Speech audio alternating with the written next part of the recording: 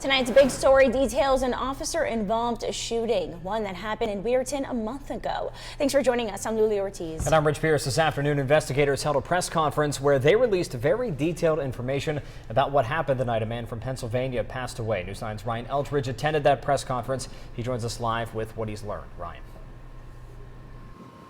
Well, this was an hour-long press conference, and there was a ton of information released. So unfortunately, we can't get to all of it in just a few short minutes. So we're working to get all the information on our website, WTOV9.com. Just look for this story there.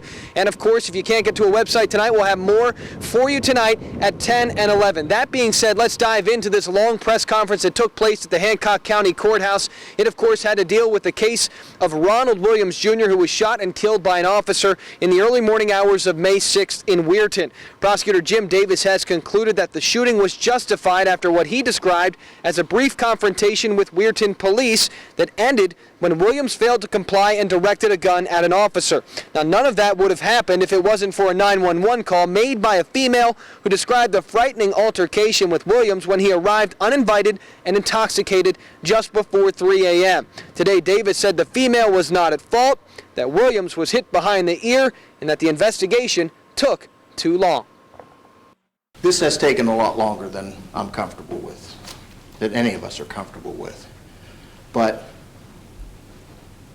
Sergeant Gibson has worked nearly every day. In fact, he took a statement today from an individual that we just became aware of earlier this week.